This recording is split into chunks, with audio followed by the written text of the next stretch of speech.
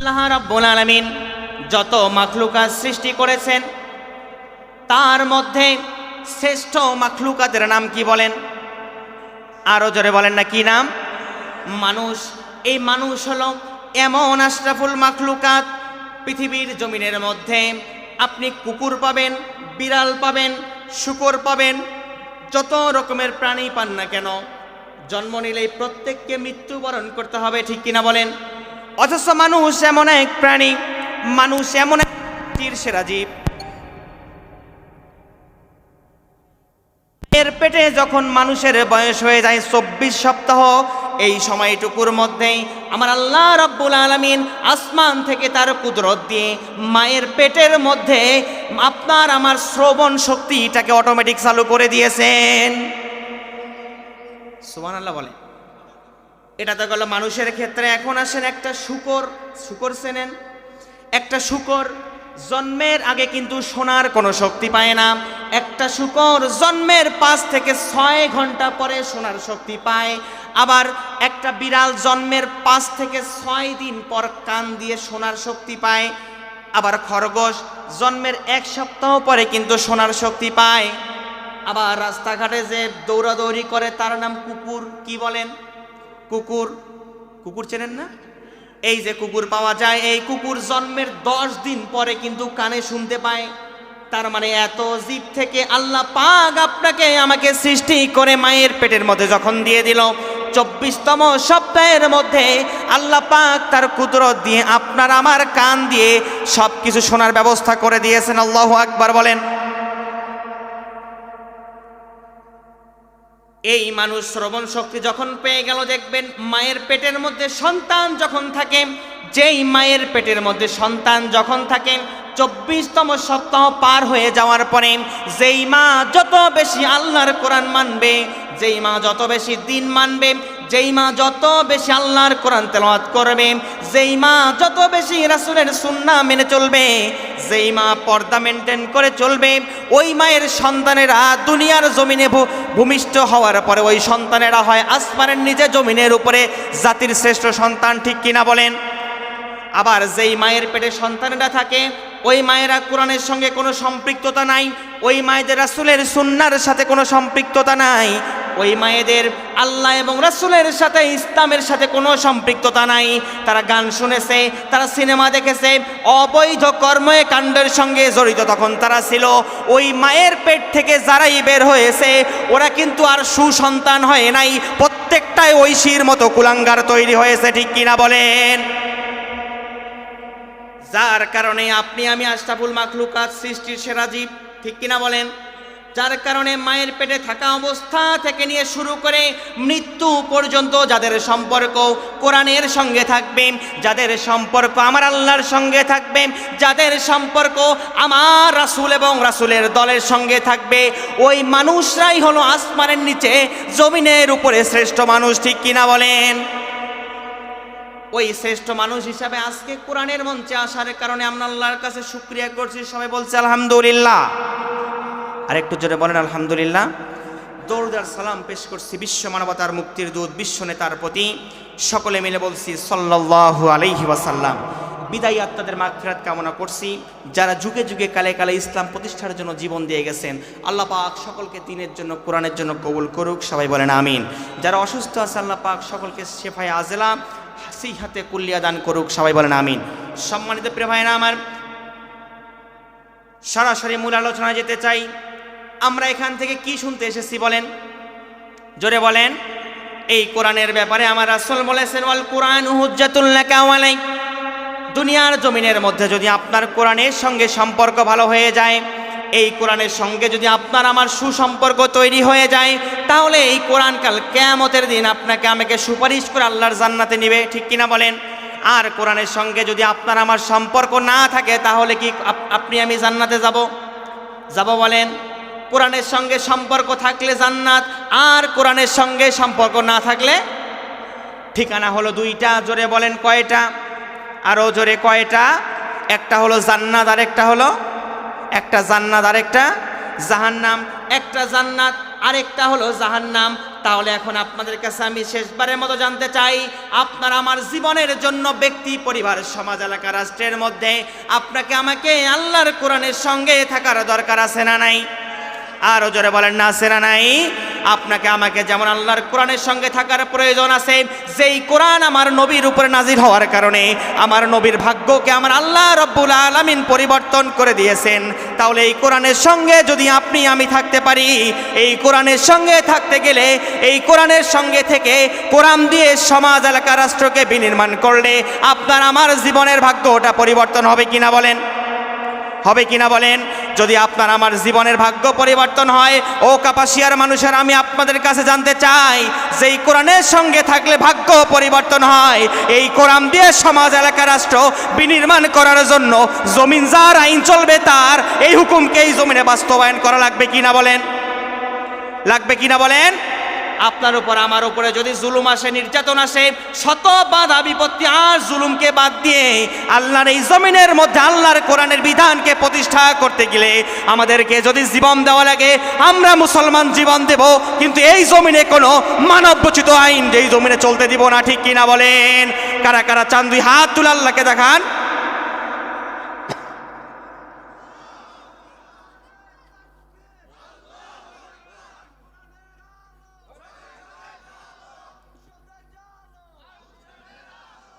সম্মানিত প্রিয় ভাইরা, এখন আসেন, আবার আল্লাহ রাব্বুল আলামিন এই কোরআন আমার নবীর উপরে যখন নাজিল করলেন, নবীকে জানিয়ে দিলেন, নবী টেনশন করার কোনো কারণ নাই, হেজিটেশন হওয়ার কোনো কারণ নাই।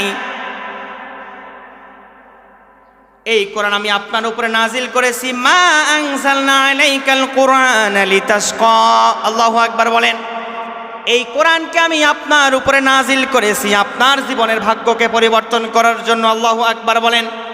যেই কোরআন এসেছে আমার নবীর ভাগ্য পরিবর্তন করার জন্য, যেই কোরআন দিয়ে আমার নবী মক্কা থেকে নিয়ে মদিনার জমিনে যাওয়ার পরে এমন একটা সমাজ, এলাকা, রাষ্ট্র গঠন করলেন, যেই সমাজ, এলাকা, রাষ্ট্রের মধ্যে অন্যায় ছিল না, অবিচার ছিল না, জুলুম ছিল না, যেই এলাকার মধ্যে কোনো সময়ের জন্য রাহাজানি, গুম, হত্যা ছিল না। আমার নবী কোরআন দিয়ে সমাজ, এলাকা, রাষ্ট্র পরিবর্তন করার কারণে যদি ওই সমাজটা শান্তিতে ভরে যায়, এখন বলেন 90% মুসলমানের দেশ বাংলাদেশ, 56,000 বর্গ মাইলের বাংলাদেশ, এই বাংলাদেশটাকে যদি আমরা শান্তি দিয়ে ভরে দিতে চাই, তাহলে আল্লাহর কোরআন দিয়ে এই জমিন চালার আমাদের দরকার আছে না নাই? আল্লাহ পাক আমাদের সকলকে কবুল করুক। আরো জোরে বলেন আমিন। সম্মানিত প্রিয় ভাইরা আমার, আসেন এখন সামনের দিকে চলে যাই। আমার আল্লাহ রাব্বুল আলামিন যুগে যুগে, কালে কালে অসংখ্য পয়গম্বর দুনিয়ার জমিনের মধ্যে প্রেরণ করেছেন। ঠিক কিনা বলেন? আমার আল্লাহ রাব্বুল আলামিন যুগে যুগে, কালে কালে যেমন অসংখ্য নবী এবং রাসূল, অসংখ্য পয়গম্বরকে প্রেরণ করেছেন। এই কোরআন নাজিল হয়েছে আজ থেকে ১৫০০ বছর পূর্বে, তার থেকেও কয়েক হাজার বছর পূর্বে আল্লাহ রাব্বুল আলামিন এই জমিনের মধ্যে এমন একজন পয়গম্বরকে প্রেরণ করেছিলেন। ওই পয়গম্বরের নাম হলো মুসা পয়গম্বর। কি নাম? আরো জোরে বলেন, কি নাম? মুসা পয়গম্বরকে আমার আল্লাহ রাব্বুল আলামিন দুনিয়ার জমিনের মধ্যে প্রেরণ করেছিলেন।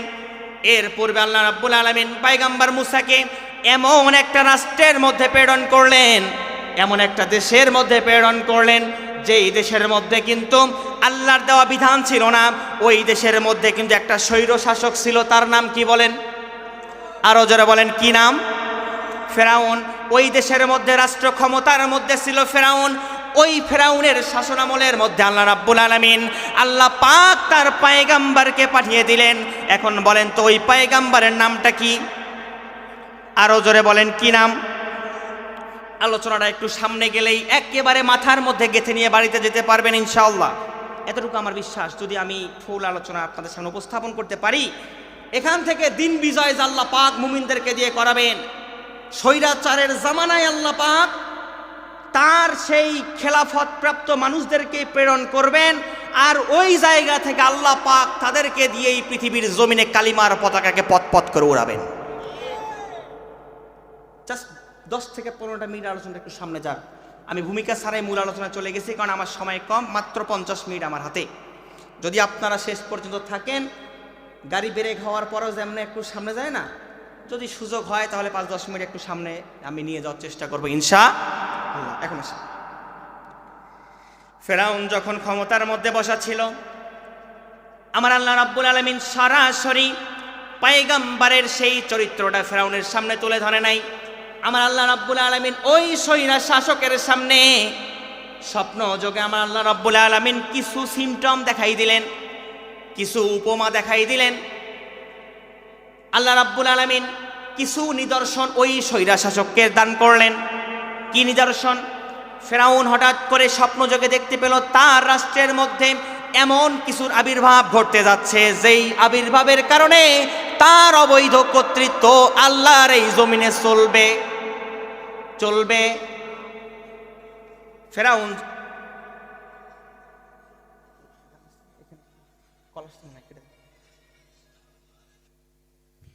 সম্মানিত প্রিয় ভাইরা, ফেরাউন যখন এই স্বপ্নে অদিষ্ট হয়ে গেল, অনেক লম্বা ঘটনা, আস্তে আস্তে মূল আর পয়েন্টের দিকে চলে যেতে চাই।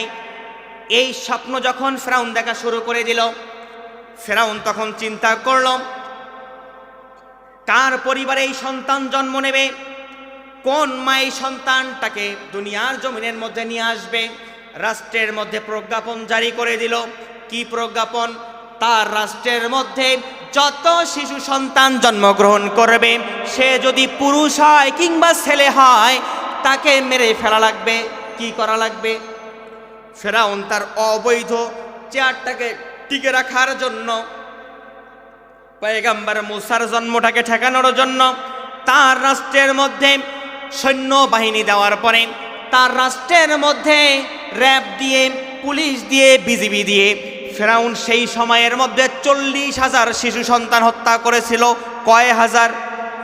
আরো জোরে বলেন, কয় হাজার? 40,000 ছেলে সন্তানকে ফেরাউন যখন হত্যা করল, ফেরাউন চিন্তা করল এত সন্তানকে তো হত্যা করলাম, মুসা কবে দুনিয়ার জমিনের মধ্যে আসবে? এখন বলেন, আমার আল্লাহ যেটা পরিকল্পনা করে, এই পরিকল্পনা কি কখনো নষ্ট হবে? বলেন, এই পরিকল্পনা যেমন নষ্ট হবে না, আমার আল্লাহ রাব্বুল আলামিন তার পরিকল্পনা দুনিয়ার জমিনের মধ্যে বাস্তবায়ন করিয়ে দিয়ে আমার আল্লাহ রাব্বুল আলামিন পয়গম্বর মুসাকে তার মায়ের গর্ভ থেকে বের করে দুনিয়ার জমিনের মধ্যে নিয়ে আসল। আল্লাহু আকবার বলেন। ঘটনা অনেক লম্বা, আমি শুধু সারসংক্ষেপ করতেছি মূল আলোচনায় যাওয়ার জন্য। পয়গম্বর মুসার যখন জন্ম হয়ে গেল, মুসার মা টেনশনে পড়ে গেল। এখন কি হবে? আমার সন্তানের খবরটা যদি ফেরাউন পেয়ে যায়, তাহলে তো আমার এই নবজাতক সন্তানটাকে হত্যা করে ফেলবে কিংবা জবাই করে ফেলবে, ঠিক কিনা বলেন? কারণ ফেরাউন তার শাসন আমলে চালাচ্ছে গণহত্যা, শিশু গণহত্যা। কি চালায়? শিশু গণহত্যা চালায়।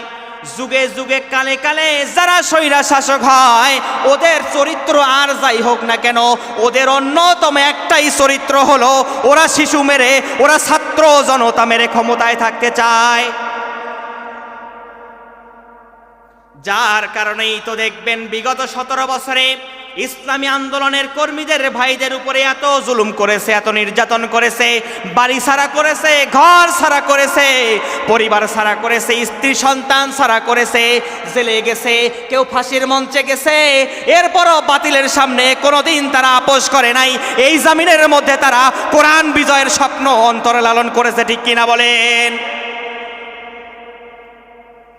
তার মানে ফেরাউন যেমন মুসার জন্মকে ঠেকানোর জন্য 40,000 শিশু সন্তানকে যেমন হত্যা করেছিল, আর এই জামানার মধ্যে যারা ইসলামী আন্দোলনের ভাইদেরকে মেরে অবৈধ ক্ষমতায় থাকতে চেয়েছিল, ওই জামানার ফেরাউন হলো ওই ফেরাউন, এই জামানার এই ফেরাউন হলো এক ফেরাউন। এক না? পয়গম্বর মুসার যখন জন্ম হয়ে গেল, মুসার মা টেনশনে পড়ে গেল। কি হবে এখন আমার এই সন্তানের? এই সন্তানটাকে তো কোলের মধ্যে নিয়ে যদি থাকি, মুসার সৈন্যরা যদি দেখে, ক্ষমতায় যদি স্বৈরাচার থাকে, দেখবেন আনাচে কানাচে কিন্তু তার চিরনি অভিযান দেওয়ার মতো লোকও আছে না? যার কারণেই তো দেখবেন যুগে যুগে কালে কালে কোন ছেলেটা আপনার এলাকায় ইসলামী আন্দোলন করে, কোন ভাইটা ইসলামী আন্দোলনের সঙ্গে সম্পৃক্ত আছে, উপর লেভেলের কেউ না জানলেও আপনার বাড়ির পাশের মানুষরাই কিন্তু তার তালিকা দিয়ে তাকে থানায় জমা দেয়। মুসার মা টেনশনে পড়ে গেল, কি ব্যাপার, আমার সন্তানটা দুনিয়ার জমিনের মধ্যে আসলো, এই খবর যদি চলে যায় ফেরাউনের কাছে আমার সন্তানটাকে তো মেরে ফেলবে। আমার আল্লাহ রাব্বুল আলামিন ফেরেশতা পাঠিয়ে দিয়ে মুসার মাকে সান্ত্বনা দিয়ে দিলেন, ও মুসার মা টেনশন করার দরকার নাই, ও মুসার মা টেনশন করার দরকার নাই। আর তুমি তোমার এই সন্তান মুসাটাকে তুমি একটা সিন্দুক বানিয়ে দিয়ে, একটা বাক্স বানিয়ে দিয়ে ওই নীল দরিয়ার পানির মধ্যে ছেড়ে দাও। তোমার সন্তানকে ছেড়ে দেওয়ার দায়িত্ব তুমি মুসার মার। আর তোমার সন্তানকে ফেরাউনের রাজদরবারে নিয়ে গিয়ে ওই সন্তানকে ফেরাউনের রাজদরবারে রেখে ওর রাষ্ট্রীয় সম্পদ ভক্ষণ করার পরে ওই মুসার হাতে ওয়াজাইলুহু মিনাল মুরসালিন, আমি ওই মুসাকে আগামীর মিশরের কর্তৃত্ব আর ক্ষমতা দান করে দিব। কথাটা কার? আরো জোরে বলেন কার? ওয়াজাইলুহু মিনাল মুরসালিন। আমার আল্লাহ রাব্বুল আলামিন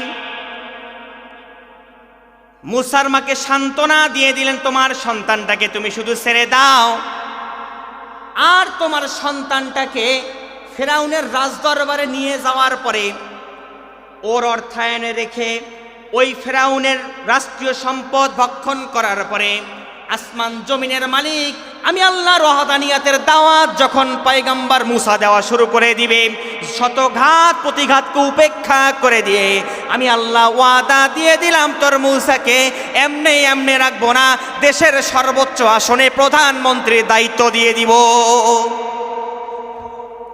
পয়গম্বর মুসার মা সিন্দুক যখন বানালো সুন্দর করে, সিন্দুকটা বানানোর পরে এই সিন্দুকের মধ্যে যখন পয়গম্বর মুসাকে দিয়ে দিল, ঢাকনা বন্ধ করে দিয়ে নীল দরিয়ার পানির মধ্যে যখন ছেড়ে দিল, এই উপমহাদেশের সব থেকে আরবি জানা ব্যক্তিদের মধ্যে অন্যতম একজন ব্যক্তি হলেন সৈয়দ আবুল হাসান আলী নদভী রহিমাহুল্লাহ, নদওয়াতুল উলামা, দারুল উলুম দেওবন্দ বিশ্ববিদ্যালয়ের একজন প্রফেসর। তিনি তার আরবি সাহিত্যের মধ্যে লিখেছেন, আমাদের কাছে মনে হয় আমরা যখন পয়গম্বর মুসার ইতিহাস পড়লাম, আমাদের কাছে মনে হয় পয়গম্বর মুসার বাক্সটা নীল দরিয়ার পানির মধ্য দিয়ে সামনে যাচ্ছে না, আমার কাছে মনে হয় ওই সমুদ্রের পানিগুলি মুসার বাক্সটাকে চুমা দিতে দিতে ফেরাউনের রাজদরবারে নিয়ে যায়।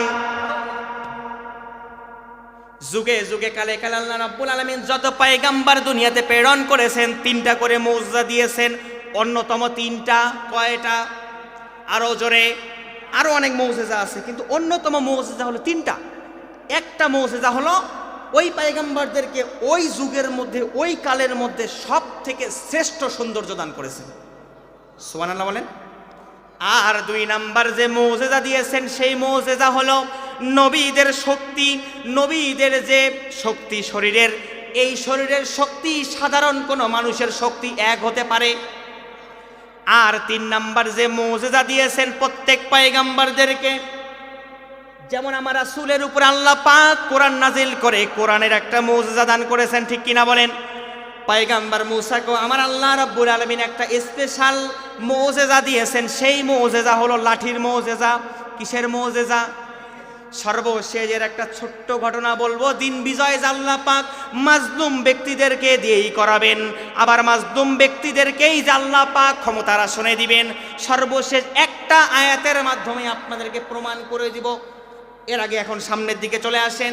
পয়গম্বর মুসাকে যখন ছেড়ে দেওয়া হলো বাক্সের মধ্যে, পয়গম্বর মুসার ওই বাক্সটা অন্য কোথাও গেল না, ধীরে ধীরে এমন ভাবে চলে গেল ওই বাক্সটা অন্য কোনো জায়গায় না গিয়ে সরাসরি ফেরাউনের রাজ দরবারের সামনে গিয়ে স্টপ হয়ে গেল। আল্লাহু আকবার বলেন।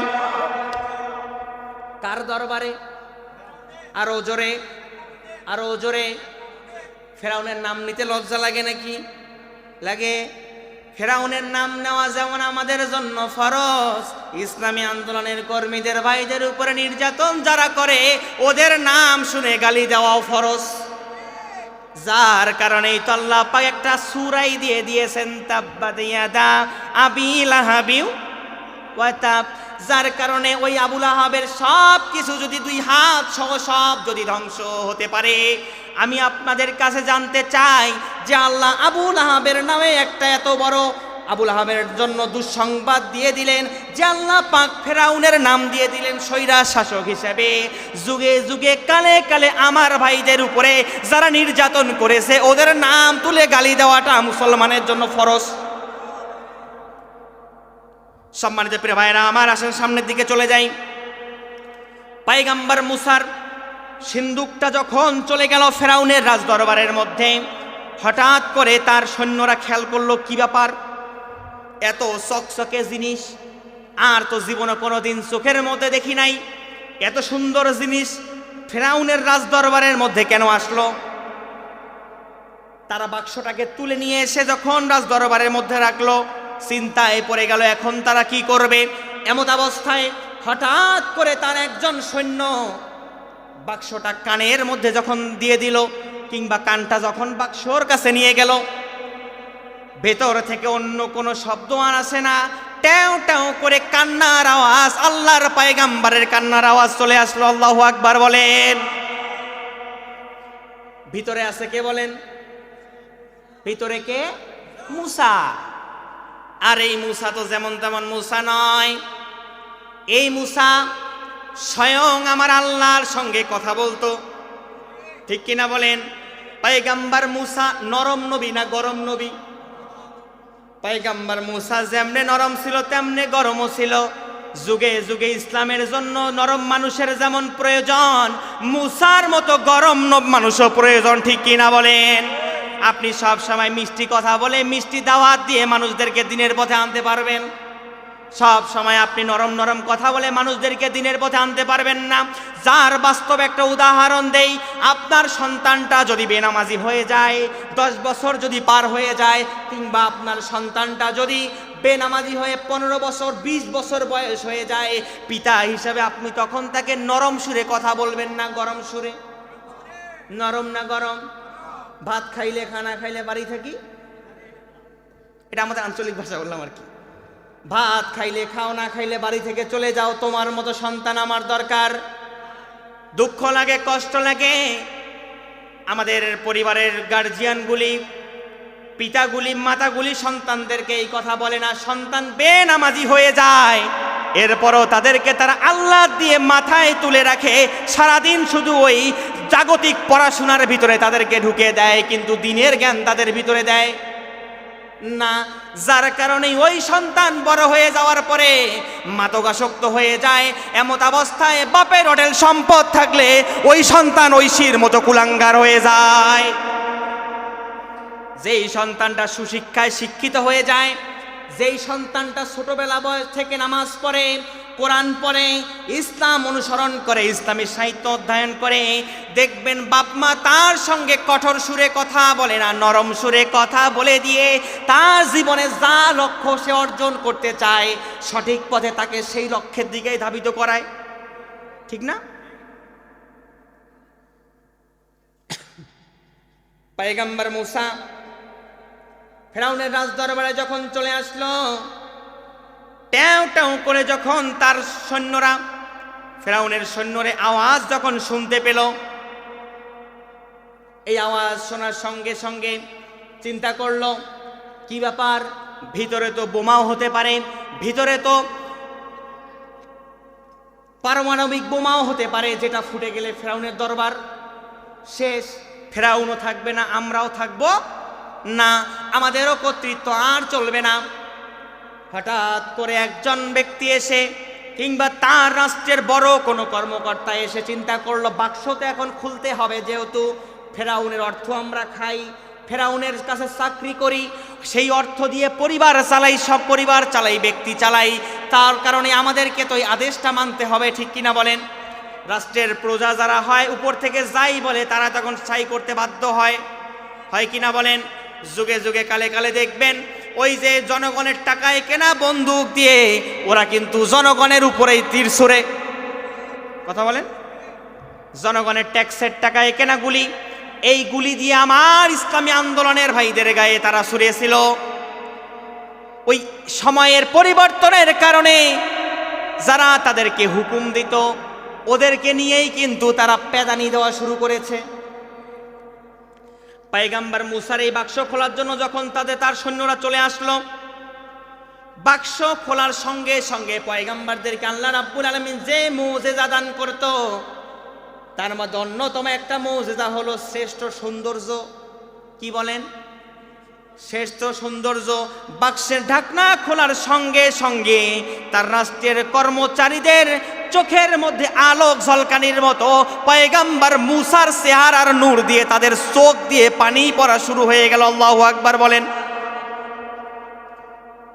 পয়গম্বর মুসাকে যখন কোলে নিল, চিন্তা করলে এই সন্তানকে যদি ফেরাউন জানতে পারে এই সন্তান ছেলে সন্তান, অদৌ তারা তার পরিচয় জানে না এই সন্তান মুসা না অন্যকে, তারা কি পরিচয় জানে নাকি? কারণ ফেরাউনের ওই রাষ্ট্রীয় খাতায় তো তার এখনো নিবন্ধন হয় নাই। সদ্য ভূমিষ্ঠ হওয়া সন্তানটাকে কোলে নেওয়ার পরে চিন্তা করলো এই সন্তানটাকে বাঁচাতে গেলে আমাদেরকে অন্য কারো কাছে গেলে হবে না, আমাদেরকে ফেরাউনের সহধর্মিনী আমাদেরকে আসিয়ার কাছে যেতে হবে। সৈন্য পাঠিয়ে দিয়ে আম্মা আসিয়াকে ডাক দিয়ে নিয়ে আসলো। আসার পরে বলে, ও মা আসিয়া, ফেরাউনের সংসারে দীর্ঘদিন আসো, ফেরাউনের সংসারে থাকার পরে তোমাদের বৈবাহিক জীবনের মধ্যে সন্তান নাই, এই দেখো একটা সন্তান আমাদের রাষ্ট্রের পাশে চলে এসেছে। এই সন্তানটা সিন্ধুকের মধ্যে ছিল, সিন্ধুক খোলার পরে যখন দেখলাম ছেলে সন্তান, যদি ফেরাউন এটা জানতে পারে এই সন্তানটাকে জীবিত রাখবে না, যার কারণে এই সন্তানটাকে আমরা তোমার হাওলায় দিতে চাই। আল্লাহু আকবার বলেন। দেখেন মুজিজা শুরু হয়ে যাচ্ছে নবীর দাওয়াতি মিশনের প্রথম স্টেপ। দেখেন পয়গম্বর মুসাকে যখন আম্মা আসিয়া কোলে নিল, যেই কথাটা আম্মা আসিয়া সেই সময়ের মধ্যে বলেছিল, যেই কথাটা তাওরাতের মধ্যে কোড হয়েছে, ওই কথাটা আমার আল্লাহ রাব্বুল আলামিন এত পছন্দ করেছে, আমার আল্লাহ রাব্বুল আলামিন কোরআনের আয়াত হিসেবে নাজিল করে দিয়েছেন। আম্মা আসিয়া তখন বলল, কুররাতাইনুল্লি, ও সৈন্যরা, এই সন্তানটাকে বিলাস করার জন্য প্রাচুর্যতার সেই মোহে থাকতে চাই না, ঠিক কিনা বলেন? আমাদের জীবনের লক্ষ্য আর উদ্দেশ্য আল্লাহর জান্নাত। লক্ষ্য আর উদ্দেশ্য কি? জোরে বলেন। কাপাসিয়ার মানুষ মনে হয় জান্নাতে যাবেন না? হ্যাঁ, তাহলে একটু জবান ছেড়ে বলেন আমাদের জীবনের লক্ষ্য উদ্দেশ্য কি? আরো জোরে। আমাদের জীবনের লক্ষ্য আর উদ্দেশ্য হলো আল্লাহর জান্নাত পাওয়া।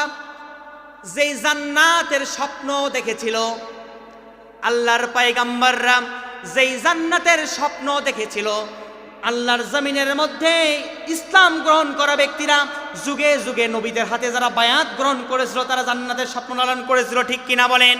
সেই জান্নাতের স্বপ্ন লালন করেছিল বাংলাদেশের ভূখণ্ডের মধ্যে শহীদ আল্লামা সাঈদী।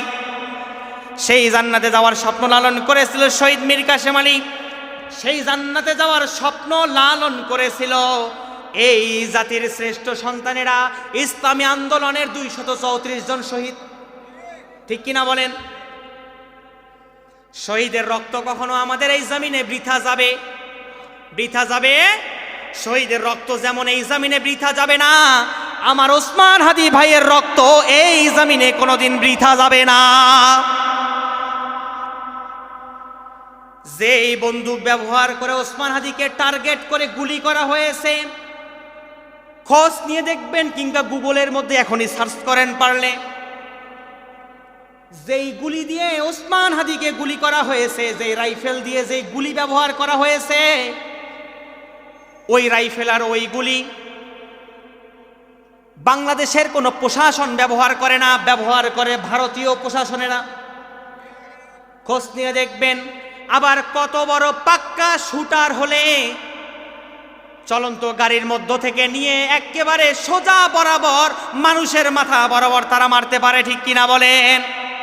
যেন তেন ব্যক্তির কাজ এটা হতে পারে না, ওটা ভারতের দেওয়া তৈরি করা প্রেসক্রিপশন অনুযায়ী প্রশিক্ষণ প্রাপ্ত গুন্ডাকে দিয়ে আমার ভাই হাদিকে শহীদ করেছে। বাংলাদেশের ভূখণ্ডের মধ্যে আমাদের অন্তরের দাবি একটাই, ওসমান হাদিকে যেই কুলাঙ্গার গুলি করে হত্যা করেছে, এই বাংলাদেশে ন্যায় ইনসাফ প্রতিষ্ঠার জন্য, স্বাধীনতার সার্বভৌমকে রক্ষা করার জন্য, দেশের স্বার্থে যেই ছেলেটা জীবন দিয়ে গেল, ওই ওসমান হাদিকে যে হত্যা করেছে তার বিচার আমরা প্রকাশ্য দিবালোকে বাইতুল মুকাররমে চাই, ঠিক কিনা বলেন? প্রিয় ভাইরা আমার, আম্মা আসিয়া যখন শহীদ হয়ে গেল, শহীদ হয়ে যাওয়ার পরবর্তী সময় পূর্ব মুহূর্তে আমার আম্মা আসিয়া আল্লাহর কাছে একটা দোয়া করেছিল, যেই কথাটা তাওরাতের মধ্যে কোড হয়েছে, আর আমার আল্লাহ রব্বুল আলামিন একই কথাটা কোরআনের মধ্যে ৬৬ নম্বর সূরা সূরাতুত তাহরিমের ১১ নম্বর আয়াতের মধ্যে আমার আল্লাহ রব্বুল আলামিন এই ৬৬৬৬ আয়াতের মধ্যে একটি আয়াতে কারিমা নাজিল করে দিয়েছেন। সুবহানাল্লাহ বলেন। আম্মা আসিয়া তখন চোখগুলি টাও টাও করে খুলে তাফসীরে মারিফুল কোরআনে কয়েকটা বর্ণনার মধ্যে একটা বর্ণনা হলো, আম্মা আসিয়া মৃত্যুর শেষ দিকে এসে, তাফসীর ইবনে কাসিরে ওই কথাটা এসেছে, যখন আম্মা আসিয়া মৃত্যুর দ্বার হয়ে গেল, কিংবা তাকে মেরে ফেলা হবে, শুলে চড়া হবে, এমত অবস্থায় আম্মা আসিয়া দোয়া করেছিল, রব্বি মেনিলি ইনদাকা বাইতান ফিল জান্নাহ,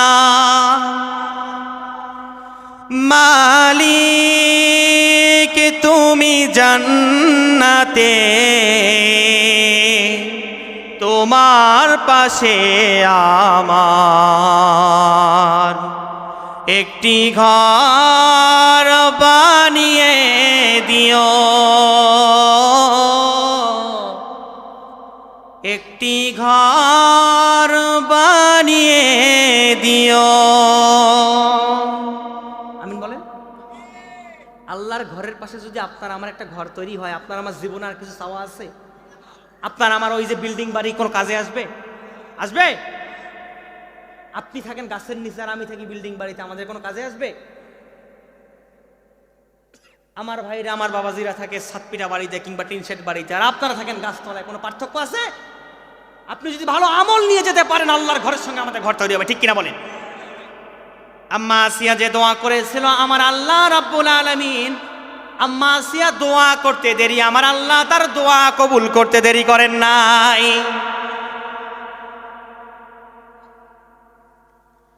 আম্মা আসিয়ার উপরে যখন এই নির্যাতন তারা করলো, আম্মা আসিয়া যখন দুনিয়ার জমিন থেকে চলে গেল, ছোট্ট একটা মেসেজ মা এবং বোনদের জন্য দিতে চাই। দিন প্রতিষ্ঠার জন্য শুধু পুরুষরা রাজপথে আসলেই হবে না, আপনাকেও বাড়িতে থেকে, ঘরে থেকে, প্রয়োজন হলে মাঠে ময়দানে নেমে এসে পর্দার সাথে আল্লাহর জমিনে আল্লাহর দিন কায়েমের আন্দোলন করা লাগবে। ইমানের জন্য যদি আপনার স্বামী একদিকে চলে যায়, সন্তান একদিকে চলে যায়, পরিবার পরিজন যদি অপর দিকে চলে যায়, সব কিছুকে বাদ দিয়ে ইমানের জন্য, আল্লাহর দ্বীনের জন্য আপনাকে আল্লাহর রজ্জুকে আঁকড়ে ধরতে হবে, ঠিক কিনা বলেন? সম্মানিত প্রিয় ভাইরা আমার, এখন আসেন সামনের দিকে চলে যাই, আলোচনা প্রায় শেষের দিকে চলে এসেছি। আমার ঘড়ির টাইম 12টা বেজে 5 মিনিট, আর কয়েকটা মিনিট আমাকে দিবেন, দিবেন? সম্মানিত প্রিয় ভাইরা আমার, আম্মা আসিয়া যখন শহীদ হয়ে গেল, পয়গম্বর মূসা যখন দ্বীনের দাওয়াত দেওয়া শুরু করলো প্রকাশ্য ময়দানে, একটা পর্যায়ে এমন অবস্থা দাঁড় হয়ে গেল, পয়গম্বর মূসা এবং বনি ইসরাইলদের সেই 12টা গোত্র, কয়টা গোত্র? আরো জোরে, এই দ্বীনের দাওয়াত দিতে দিতে একটা পর্যায়ে ফেরাউনের লাঠিয়াল বাহিনী পরিকল্পনা গ্রহণ করলো, এই মূসার দাওয়াত আর এই জমিনে চলতে দেওয়া হবে, কারণ এই মূসার কারণেই তো আমি আমার অবৈধ ক্ষমতা জমিনের মধ্যে টেকাতে পারতেছি। আমি যে রাষ্ট্রের রব, আমি যে রাজ্যের খোদা, এই আমার অবৈধ খোদাই আর চলবে না। মূসা যদি তার আল্লাহর বিধান এই জমিনের মধ্যে কায়েম করে ফেলে, তাহলে আমার অবৈধ কর্তৃত্ব, অবৈধ ক্ষমতা এই জমিনের মধ্যে আর টিকবে না। পরিকল্পনা গ্রহণ করলো, মূসার দলকে দেশ ছাড়া করতে হবে, কি করতে হবে? জোরে বলেন। দেশ ছাড়া করতে হবে। মুসার দলকে দেশ ছাড়া করার জন্য ফেরাউন যে পরিকল্পনা গ্রহণ করলো, ওইটা ছিল ওই জামানার ফেরাউনের কাজ। আর এই জামানার লেডি ফেরাউন ইসলামী আন্দোলনের নিবন্ধন বাতিল করে দিয়ে ওদেরকে জাতির খেদমতে আসতে দিবে না, রাষ্ট্রীয়ভাবে সেই প্রজ্ঞাপন জারি করেছিল। ঠিক কি না বলেন? তাহলে ওই ফেরাউনের কাজ আর এই ফেরাউনের কাজ এক মিলছে? ওই ফেরাউন আর এই ফেরাউন এক। এখন আসেন সামনের দিকে। পয়গম্বর মুসা তার সৈন্য বাহিনীদেরকে নিয়ে যখন সামনের দিকে চলে গেল, পেছনে ফেরাউন। এক পর্যায়ে যেতে যেতে, তাফসিরের পরিভাষায় আমরা যেটাকে জানি নীলনদ, আর তাফসিরের মূল ভাষা হচ্ছে বাহরে কালজুম। এই বাহরে কালজুম সোজা বাংলা ভাষায় নীলনদের মধ্যে সামনে যখন পয়গম্বর মুসা তার 12টা দলকে নিয়ে দাঁড় হয়ে গেল, তার সে অনুসারীরা চিন্তা করলো, ওগো আল্লাহর পয়গম্বর, এখন আমরা কি করব? সামনে গেলে তো নীল দরিয়ার পানির মধ্যে আমাদেরকে ডুবে মরা লাগবে, আর পিছনে যদি ফিরে যাই তাহলে ফেরাউনের পেটুয়া বাহিনী, ফেরাউনের সেই গুন্ডা বাহিনীর কাছে আমাদেরকে পিষ্ট হয়ে মরা লাগবে। এখন বলেন, যারা ঈমান এনেছে আল্লাহর প্রতি, ওদের জীবনের নিরাপত্তা দেওয়ার মালিককে? আরো জোরে। যারা ঈমান এনেছে আমার আল্লাহর প্রতি, ওদের জীবনের নিরাপত্তা দেওয়ার মালিক যদি আমার আল্লাহ হয়, তাহলে মুমিন কোনো সময়ের জন্য ভীত শঙ্কিত হয় না। লা তাহজান ইন্নাল্লাহা মা'ানা। মুমিন কোনো সময়ের জন্য ভীত শঙ্কিত হয়ে যায় না। মুমিন কোনো সময়ের জন্য টেনশনে পড়ে না। মুমিন জানে তার জীবন থাকবে যতক্ষণ, তার মরণ হবে না ততক্ষণ। ঠিক কি না বলেন?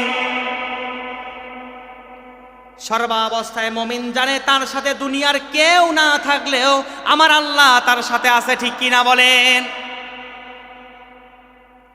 কারণ যাদের হৃদয়ে আছে আল্লাহর ভয়, আল্লাহ ছাড়া পৃথিবীতে কোনোদিন ওরাও দুনিয়ার কোনো বাতিলের কাছে মাথা নত করতে পারে না। ওদেরকে টাকার অফার দেয়, গাড়ির অফার দেয়, বাড়ির অফার দেয়, নারীর অফার দেয়, সব অফারকে প্রত্যাখ্যান করে দিয়ে ওরা উচ্চ স্বরে একটা কথা বলে, আলা লাহুল খলকু ওয়াল আমর। সৃষ্টি যার, আইন চলবে তার। পয়গম্বর মুসার অনুসারে যখন তাকে বলল, ও পয়গম্বর, এখন আমাদের কি হবে? পয়গম্বর মুসা বলেন, ও আমার সাহাবারা টেনশন নাই, ও আমার গোত্রের লোকেরা হেজিটেশন নাই, ভয় পেও না, ভীত শঙ্কিত হয়েও না। যে আল্লাহর জন্য আমরা ঈমান এনেছি, ওই আল্লাহ আমাদের সাহায্য করবে। তাদের ঈমান দেখেন কত শক্ত।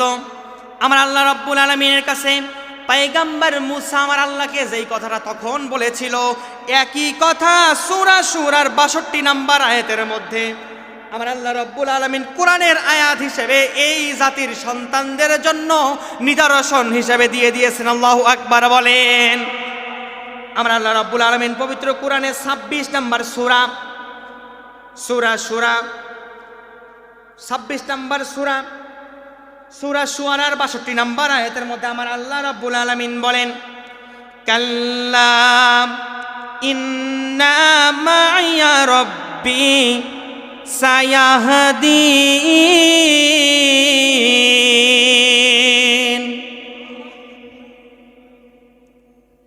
আমার পয়গম্বর যে কথাটা বলেছিল, ও আমার অনুসারীরা টেনশন নাই, যে আল্লাহর জন্য আমরা দিন কায়েমের আন্দোলন করি, যে আল্লাহর দিনের দাওয়াত আমরা দেই, ওই আল্লাহ ফেরাউনের হাত থেকে আমাদেরকে রক্ষা করে আমাদেরকে বিজয় দান করবেন। অনেক লম্বা ঘটনা। পয়গম্বর মুসা আল্লাহ রাব্বুল আলামিন সঙ্গে সঙ্গে নবীদের যে 3 নাম্বার মুজিজা দিল, লাঠির মুজিজা। কিসের মুজিজা মনে আছে আপনাদের? কয়টা মুজিজা নবীদেরকে স্পেশাল দিয়েছিলেন? আরো জোরে জোরে। 3টা। তার মধ্যে শেষ মুজিজা পয়গম্বর মুসাকে আমার আল্লাহ রাব্বুল আলামিন এখানে দিয়ে দিলেন। সেই মুজিজাটা হলো আমার আল্লাহ রাব্বুল আলামিন পয়গম্বর মুসাকে তার লাঠির মুজিজা দিয়ে তার উম্মতের ঈমানকে আরো মজবুত করে দিলেন। আল্লাহু আকবার বলেন। আমার আল্লাহ বলেন, পয়গম্বর টেনশন নাই, আরে তুমি তো আমার সঙ্গে সরাসরি কথা বলো, যারা আল্লাহর সঙ্গে সরাসরি কথা বলে, কুরিবাতু ইলাল্লাহ, আল্লাহর সঙ্গে সম্পর্ক যাদের গভীর হয়, এরা দুনিয়াতে কারো কাছে কোনোদিন প্রাণ ভিক্ষা চাইতে পারে না। ওরা জানে ওদের জীবনের মালিক আল্লাহ, ওদের মরণের মালিক আল্লাহ। ওরা জানে 3 ঘন্টা পর তাদের মৃত্যু, 2 ঘন্টা ঘুমিয়ে নেওয়ার পরে সাদা পায়জামার পাঞ্জাবি পরে হাসতে হাসতে তারা ফাঁসির মঞ্চে চলে যায়। কালো কাপড় নিজের হাত দিয়ে নিজের মাথায় তারা বরণ করে। ওরা ফুলের রশির মতো করে ফাঁসির রশিকে গ্রহণ করে। ওরা বন্দুকের সামনে দাঁড়িয়ে গিয়ে, ক্রস ফায়ারের সামনে দাঁড়িয়ে গিয়ে গোলাপ জল মনে করে বন্দুকের ফোঁটাকে তারা গ্রহণ করে। এরপরে এরা কোনোদিন বাতিলের কাছে মাথা নত করে না। পয়গম্বর মুসা লাঠি মারলো যখন, আমরা আল্লাহ রাব্বুল আলামিন 12টা রাস্তা টানেলের মতো করে তৈরি করে দিলেন। তখন সুবহানাল্লাহ বলেন। টানেল ছিলেন, টানেল, ওই যে কর্ণফুলী টানেল আছে না চট্টগ্রামে, সমুদ্রের নিচ দিয়ে রাস্তা, উপর দিয়ে গ্লাস দিয়ে কত সুন্দরভাবে দেওয়া, উপর দিয়ে সমুদ্রের পানি যায় আর নিচ দিয়ে কি যায়, যানবাহন চলাচল করে। আমার আল্লাহ এর থেকেও সুন্দর করে ওই পানিগুলিকে থমথমে শক্ত করে দিয়ে দেন, বরফের মতো করে।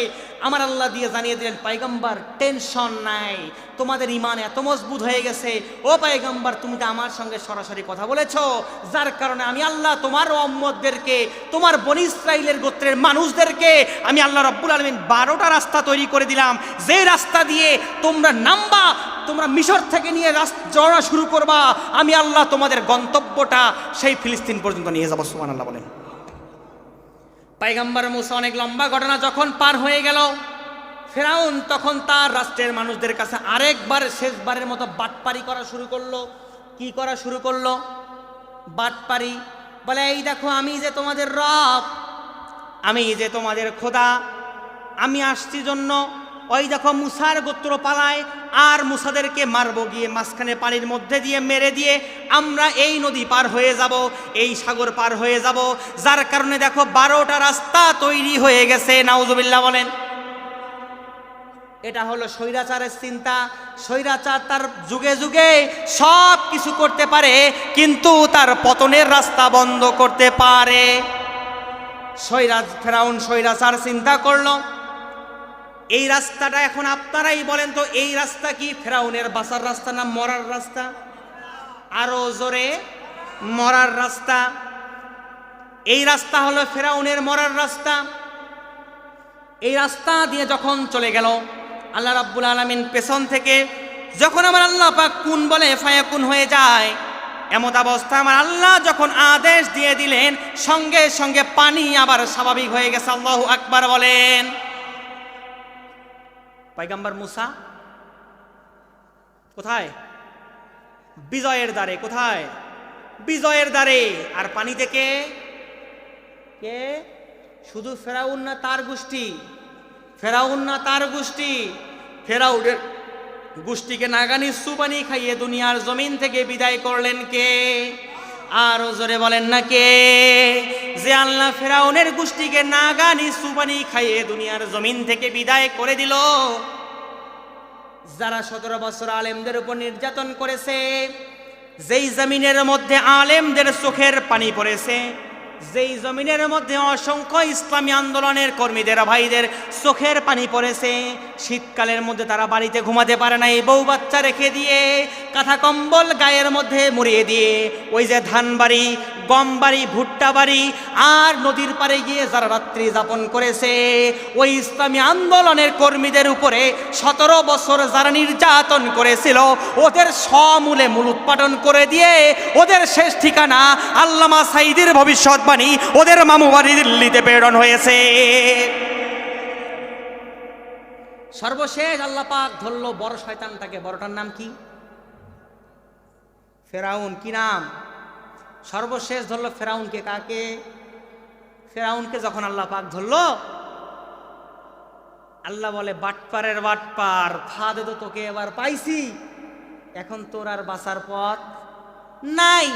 এখন আর লাইনে, এখন দেখবেন মরার আগে কিন্তু তখন তারা বলে, আমরা ভালো হয়ে গেছি, আমরা নামাজ পড়ি, আমরা রোজা রাখি, তাহাজ্জুদ ছাড়া আমার ঘুম আসে না, ফজর নামাজ না পড়ে কোরআন তেলাওয়াত না করলে আমার ঘুমই ভাঙে না, ফজরের পরে কোরআন তেলাওয়াত দিয়ে আমি আমার দিন শুরু করি, আর তাদের জাতি ভাইরা এখন আপডেট ভার্সন বলা শুরু করে দিয়েছে।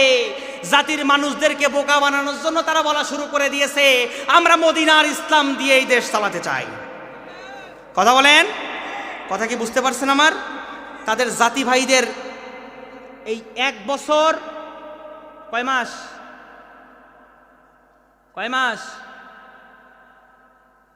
1 বছর 4 মাসের একটা আমলনামা দেই, ছোট্ট আমলনামা মাত্র। এই 1 বছর 4 মাসে 211টার বেশি তারা খুন করেছে। কয়টা খুন? 211টা।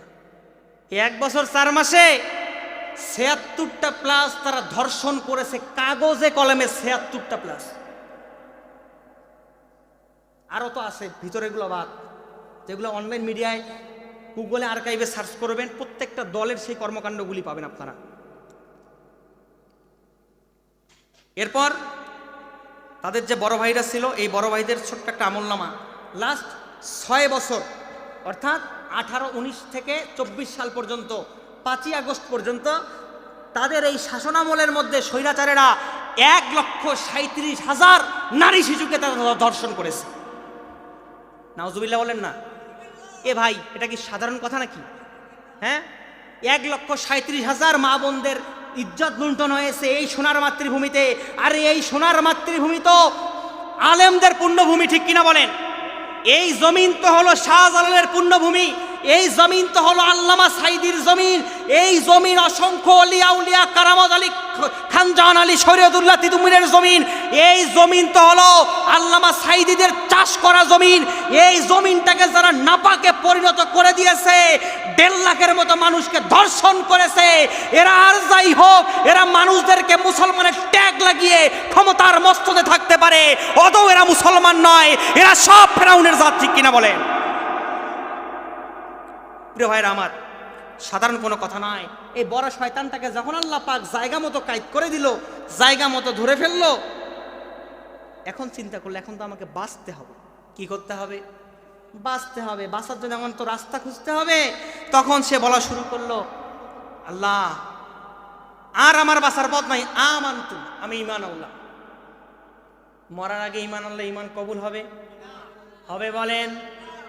আপনি যদি সারা জীবন নামাজ পড়ছেন, রোজা রাখছেন, হজ করছেন, ভালো ভালো আমল করছেন, আপনার ভিতরে যদি আল্লাহর ভয় থাকে, তাহলে মরার সময় তো অটোমেটিক আপনার মুখে কালিমা চলে আসবে, ঠিক কিনা বলেন? কিন্তু সারা জীবন আপনি নামাজও পড়ছেন, রোজাও করছেন, হজও করছেন, জাকাতও দিচ্ছেন, সব মানছেন, কিন্তু আমার আল্লাহ যেগুলিকে হারাম করেছে, মদ হারাম করেছে, আপনি হালাল করেছেন। আমার আল্লাহ ধর্ষণের শাস্তি দিয়েছেন, আর আপনি মিথ্যা মামলা দিয়ে আলেমদেরকে ধর্ষণের আসামি বানিয়ে দিয়েছেন। আমার আল্লাহ রাব্বুল আলামিন মাদকের ব্যাপারে শাস্তি দিয়েছে, একটা মাদক নিষিদ্ধ করেছে, আর আপনারা মাদককে নির্মূল করার জন্য পরিকল্পনা করেছেন, ঠিক না? এরকম করলে তাদের ঈমান আছে? নাই। তারা বলল, ফেরাউন বলল আমানতু, আর এই ফেরাউনরাও তখন বলে আমরা তো ভালো হয়ে গেছি, আপনারা একটা বারের জন্য মদিনা সনদ দিয়ে দেশটা আমাদেরকে চালানোর সুযোগ দেন। কিন্তু আমরা বলতে চাই, বোতলের ভিতরে যদি মদ থাকে আর উপরে যদি আপনি ট্যাগ লাগিয়ে দেন, এই বোতলের ভিতরে আঙ্গুরের জুস আছে, আপেলের জুস আছে, বোতলের উপরে যাই লেখেন না কেন, ভিতরে কিন্তু মদই আছে। ওই মদ খাওয়াও যেমন হারাম, ইতিপূর্বে যারা ছিল ওরাও হারাম, সামনে যারা আসার জন্য জাতীয়তাবাদ কেন্দ্রিক পরিকল্পনা করতেছে তারাও হারাম। কষ্ট পাইছেন? আমানতু, আমরা ঈমান আনছি তো, আল্লাহ ঈমান তো আনছি, আল্লাহ একটাবার সুযোগ দাও। যত এই কথা বলে আমার আল্লাহ জিবরিল আমিনকে বললেন, ও জিবরিল বন্ধু, এই বাটপারকে আর তোমার এই জমিনের মধ্যে সঠিকভাবে থাকার সুযোগ নাই, এই বাটপারকে তুমি একটা শাস্তি দাও। কি শাস্তি? জিবরিল আমিনের ডানা ছিল 600 কিংবা তার থেকে বেশি। কত? ধরেন 600, তার থেকে কম বেশি হাদিসের বর্ণনা, বিভিন্ন তাফসিরের বর্ণনা বিভিন্নটা আছে। এই 600 ডানা দিয়ে জিবরিল আমিন যখন একটা করে নাগানি সুবানি মারা শুরু করলো, একবার তাকে উঠে সমুদ্রের উপরে, আর এক লাফের মাধ্যমে, এক সুবানির মাধ্যমে তাকে নিয়ে যায় সমুদ্রের একেবারে নিস্তর। আল্লাহু আকবার বলেন। এই বাটপার যতই বলা শুরু করলো আমানতু, জিবরিল আমিনকে যখন এই কথা বললো, বলে আবার কি বলতে চাইছ বল? বলে লা ইলাহা, কোনো ইলাহা নাই, কিন্তু কে ছাড়া, এই কথা কিন্তু আদৌ সে বলে নাই। এই কথা বলার সঙ্গে সঙ্গে আমার আল্লাহ পাক জিবরিল আমিনকে বলে, ও জিবরিল, সমুদ্রের নিচ থেকে কাদা মাটি উঠাও, এই বাটপার যত মুখে ঈমান আনার কথা বলবে ওর মুখের মধ্যে বারবার তুমি ওই কাদামাটি দিয়ে তার মুখটাকে ভরে দাও। আল্লাহু আকবার বলেন। দেখবেন সব বলে ফেললো, অন্তরের মধ্যে তার এই কথাটাই ছিল, সুযোগ সুবিধা আমার সন্তানেরা না পাইলে রাজাকারের সন্তানেরা কেন পাবে। অন্তরে তার যাই ছিল সব কিন্তু প্রকাশ হয়ে গেছে, ঠিক কিনা বলেন? যার কারণে তো এক রাজাকার আলেমদেরকে রাজাকার বানাতে গিয়ে এই রাজাকার ছোট্ট শব্দটাকে দিয়ে গোটা জাতির সন্তানদেরকে রাজপথে আল্লাহ পাক নিয়ে আসার পরে এমনও পরিণতি করে দিয়েছে, দুপুরে ভাত খাওয়ার সুযোগও দেয় নাই, জাতির উদ্দেশ্যে ভাষণ দেওয়ার সুযোগ করে দেয় নাই, বাপের কবর জিয়ারতের সুযোগ করে দেয় নাই, এমন জায়গায় তাকে প্রেরণ করেছে। আমার মন বলে সে যদি এই জমিনের মধ্যে না আসে কোনোদিনও, কিন্তু দেখবেন তার মরণটা হবে হিন্দুদের উলুধ্বনি দিয়ে তাকে কবরে যাওয়া লাগবে। তখন বলল লা ইলাহা, কোনো ইলাহা নেই। এখন শেষবারে আবার চিন্তা করে দেখি আর দুইটা কথা বলো, যদি বাঁচতে পারি। তখন কি বললো? আল্লাযী আমানাত বিহি বানু ইসরাঈল, ওই বনি ইসরাঈলের আল্লাহর প্রতি ঈমান আনলাম। কত বড় গাদ্দারের গাদ্দার, এই কথা বললো না লা ইলাহা ইল্লাল্লাহ মুসা কালিমুল্লাহ, লা ইলাহা ইল্লাল্লাহ, এই কথা সে বলে বনি ইসরাঈলের আল্লাহর প্রতি ঈমান এনেছে। কথাটা কত দূর ঘুরিয়ে বলেছে। আরে বনি ইসরাঈলের জীবনের মালিক কে বলেন তো? কে বলেন? সর্বশেষ বলল ওয়া আনা মিনাল মুসলিমিন, আমি তো মুসলমান, আমি ভালো হয়ে গেছি, আমি হজ করছি, যাকাত দিছি, সবে করছি, আমি মদিনার সনদে বাংলাদেশটা চালাতে চাই, তোমরা একটা বার মদিনার সনদে আমাদের দেশটা চালাও, আমরা মুসলমান হয়ে গিয়েছি। দেখবেন যারা এই কথা বলে এক ওয়াক্তের নামাজ জীবনে নামাজই পড়ে না, এক ওয়াক্তের নামাজ গিয়ে তারা 4 বারও পড়ে। কি বুঝেন নাই কথা আমার? মুখে নাই দাড়ি, মাথায় লাগায় টুপি, গায়ে লাগায় পাঞ্জাবি, স্বার্থ হাসিল করার জন্য তারা ধর্মকে ব্যবহার করে। এই ধর্মকে ব্যবহার করে যারা তাদের ব্যক্তি স্বার্থ, দলীয় স্বার্থ হাসিল করতে চায়, এই জমিনের মধ্যে আসল ধর্ম ব্যবসায়ী তারা। আর আমরা যারা ধর্মকে লালন করে চলি, রাসূলের সুন্নাহকে মেনে চলি, আমরা ধর্ম ব্যবসা করি না, আমরা ধর্মভিত্তিক সমাজ এলাকার রাষ্ট্র পরিকল্পনার চিন্তা ভাবনা করি। সর্বশেষ ফেরাউনকে বলল, আল্লাহ পাক ফেরাউনকে বলল, এই ফেরাউন থাম, তোর জবান আর চলবে আল আন। তুই কিসের মুসলমান রে? তুই যদি এখন মরার আগে বলিস তুই মুসলমান, তুই কি মুসলমান? না, পশ্চিম কালো সে মুসলমান নয়। ফেরাউনকে আল্লাহ পাক বলল, আল আন, আমি তো জানি তুই কত বড় বাটপারের বাটপার, ওয়াকাদ আসাইতা ক্বাবলু ওয়া কুনতা মিনাল মুফসিদিন। আরে ফেরাউন, তোর হাতে অসংখ্য মূসাকে নির্যাতন করা রক্ত লেগে আছে। ও ফেরাউন, তুই তো কোনো মুসলমান হতে পারিস না, তুই হলি মুফসিদিন, মানে হচ্ছে তুই হচ্ছিস সন্ত্রাসী, তুই সন্ত্রাসীদের লিডার। যার কারণেই দেখবেন যাদের হাতে আমার ভাই 2006 সালে 28 অক্টোবর ইসলামী ছাত্র শিবিরের ভাইদের হত্যার রক্ত লেগে আছে, যাদের হাতের মধ্যে 2013 সালের ছাপড়া চত্বর রক্ত লেগে আছে, যাদের হাতের মধ্যে আলেমদের হত্যার রক্ত লেগে আছে, যাদের হাতের মধ্যে 234 জন ছাত্র শিবিরের ভাইদের রক্ত লেগে আছে, যাদের হাতের মধ্যে 24-এর মধ্যে আমার ভাই আবু সাইদ মীর মুগ্ধের রক্ত লেগে আছে, যাদের হাতের মধ্যে ইসলামী আন্দোলনের ভাইদের রক্ত লেগে আছে, এরা নিজেদেরকে যতই মুসলমান দাবি করুক এরা মুসলমান হতে পারে না। ওদের সহযোগী যারা, ওরাও মুসলমান হতে পারে না, ওরা সব সন্ত্রাসী, ওরা সব সন্ত্রাসী, ওরা সব সন্ত্রাসী। কথা বলেন ঠিক কিনা? সময় এসে গেছে সন্ত্রাসীদেরকে বাদ দিয়ে মুসলমান পরিচয়ে আল্লাহর জমিনে আল্লাহর দ্বীনকে প্রতিষ্ঠা করার জন্য সমস্ত রকমের ভেদাভেদ ভুলে গিয়ে এই জমিন যার, আইন চলবে তার, আল্লাহর কোরআনের সংবিধান দিয়ে আল্লাহর কোরআনের পার্লামেন্ট গঠন করতে হবে। সেই পথে চলতে গেলে নিজেদের ন্যায্য অধিকার দাবি করে আমরা মুসলমান হাসতে হাসতে বাড়িতে ফিরবো কারা? তুই হাত তুলে আমার আল্লাহকে দেখা।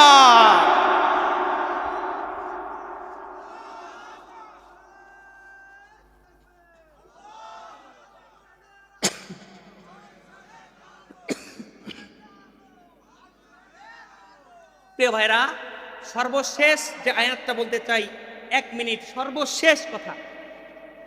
আমার আল্লাহ পাক দিন বিজয়টা আরো কিভাবে করিয়ে দিবেন মুমিনদেরকে দিয়ে, দেখেন আমার আল্লাহ পাক একটা নিদর্শন দিয়ে দিলেন এখানে। এই ফেরাউন, তোকে তো মারলাম, এখন বলেন জালিমকে মারলেই কি জালিমের সব শেষ হয়ে যায়? হয় না। আমার আল্লাহ রাব্বুল আলামিন জালিমদেরকে মারলে জালিমরা কখনো শেষ হয়, কিন্তু জালিমদেরকে আমার আল্লাহ পাক কিন্তু নিদর্শন হিসেবে রাখতে চায়, ঠিক কিনা বলেন? আমার আল্লাহ পাক বললেন ফালইয়াউমা নুনাজ্জিকা বিবাদানিকা লিতাকুনা লিমান খালফাকা আয়া।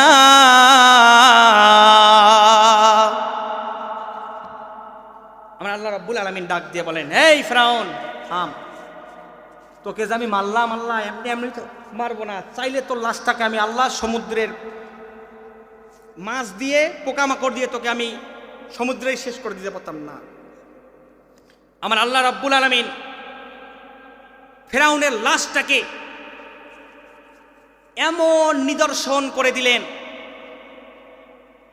গোটা পৃথিবীতে যুগে যুগে কালে কালে যত তার অনুসারীরা আসবে তাকে দেখে যেন শিক্ষা গ্রহণ করে, ঠিক কিনা বলেন? আমার আল্লাহ এমন নিদর্শন ফেরাউনকে করে দিলেন, যুগে যুগে জালিম হয় যারা ফেরাউনের মতো নিদর্শনে পরিণত হবে তারা, ঠিক কিনা বলেন? আর এই ফেরাউনের মতো নিদর্শন আল্লাহ পাক তাদেরকে করিয়ে দেওয়ার মাধ্যমে তাদের এক জাতি দেখবেন চলে গেছে দিল্লি, আর এক জাতি কই যাবে সেটা আমার আল্লাহই ভালো জানে, ঠিক কিনা বলেন? সর্বশেষ আমি আপনাদের সামনে বলতে চাই যে আল্লাহ পাক এই নিদর্শন দিয়ে দিলেন গোটা জাতির জন্য, তোমরা শিক্ষা গ্রহণ করো। ও জাতিরা, তোমরা শিক্ষা গ্রহণ করো। যদি শিক্ষা গ্রহণ করতে না পারো তাহলে তোমরা এই ভূখণ্ডের মধ্যে প্রত্যেক পরতে পরতে তোমরা জুলুম আর নির্যাতনের আগ্রাসনের শিকার হবে। আমরা কোনো জুলুম নির্যাতন আগ্রাসনের শিকার হতে চাই? আমরা চাই শান্তি, ঠিক কিনা বলেন? ইন্নাদ-দীনা ইনদাল্লাহিল ইসলাম, ইসলাম হলো শান্তির ধর্ম, ইসলাম হলো একমাত্র জীবন বিধান আমাদের জন্য। ওই শান্তির ধর্ম জীবন বিধান আল্লাহর দেওয়া ইসলাম, আল্লাহর মনোনীত ইসলাম, রাসূলের সুন্নাহ আর আল্লাহর দেওয়া জীবন বিধান সংবিধানের নাম কোরআন।